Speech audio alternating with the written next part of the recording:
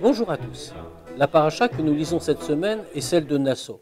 La paracha de Nasso nous parle de nombreux sujets, notamment des offrandes faites par les chefs de tribu au moment de l'inauguration du Mishkan, du sanctuaire, et puis également d'une loi très particulière. C'est elle qui va retenir notre attention aujourd'hui. On nous raconte le cas d'une femme qui a un comportement qu'on qualifiera de contraire à la morale et aux bonnes mœurs. Son mari l'a mise en garde. Il lui a dit « Je t'interdis de t'isoler avec tel homme, parce que des choses graves pourraient s'en suivre. » Puis la femme, nous dit le texte de la Torah, n'a pas écouté le conseil de son mari, tant et si bien qu'elle est prise sur le fait. Et elle a commis une grave infraction. Mais on ne sait pas si les choses ont été vraiment aussi loin qu'on pourrait le craindre. Alors une cérémonie particulière était réalisée dans le Mishkan, puis dans le temple plus tard, afin de prouver son innocence. Et si elle était pure, elle recevait toutes les bénédictions célestes. En revanche, si malheureusement elle avait commis un acte irréparable, alors à ce moment-là, c'était les plus graves punitions qui s'abattaient sur elle, prononcées par Dieu et envoyées par Dieu. Ce qui va nous préoccuper plus particulièrement, c'est un mot, un simple mot employé par le texte de la Torah. Ki tisté ishto.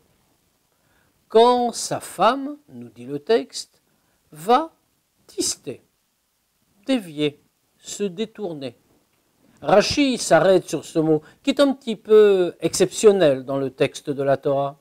Tister, sat midarka tzniut. Elle s'est écartée du chemin naturel de la pudeur, écarté, détourné. Et Rashi insiste.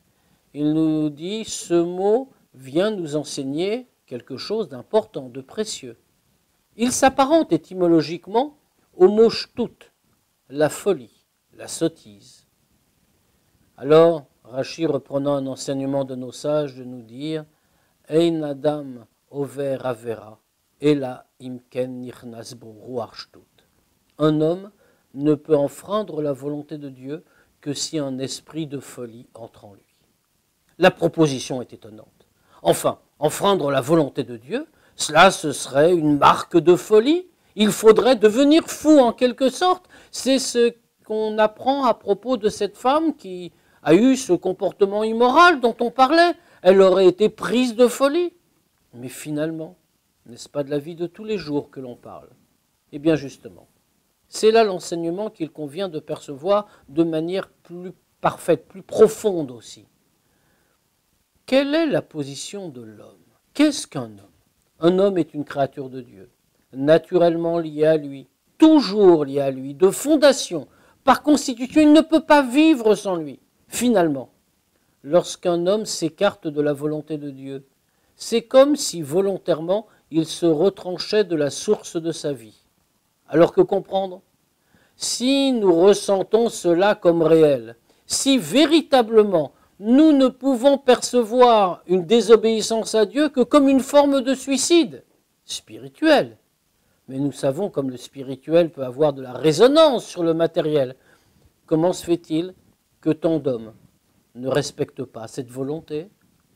Alors répondent nos sages, Nichnas bo ruach shtut. Il y a un esprit de folie qui est entré en lui. Oui, renoncer au lien avec Dieu, c'est d'une certaine manière être fou. Comment acquiert-on cette folie? Comment l'homme devient-il fou? Après tout, l'homme naît de manière complète, l'homme est un être en bonne santé, il est en possession de toutes ses capacités mentales, il est capable de voir son lien avec la divinité, il est capable de le vivre. Comment a-t-il pu devenir fou? Eh bien, il est devenu fou d'une manière très simple. C'est la folie du monde qui l'a contaminé. Lui-même a vécu dans le monde. Il y a sans doute trop vécu. Alors lui aussi a dévié. Parce qu'il s'est pénétré de la matérialité grossière du monde. Parce qu'il a oublié de regarder le cœur des choses. Alors d'une certaine manière, il est devenu comme fou. Et cette folie lui fait perdre le sens des valeurs. Cette folie fait qu'il s'écarte de son chemin. Cette folie fait qu'il se coupe avec la source de sa vie. La solution? Bien redevenir un homme en bonne santé, redevenir un être humain conscient, en être humain comme Dieu l'a créé, c'est-à-dire celui qui sait qu'une mission lui a été confiée et que pour cela, il a besoin d'y mettre tout son corps, tout son cœur, toute son âme et tous ses moyens. Au revoir à tous.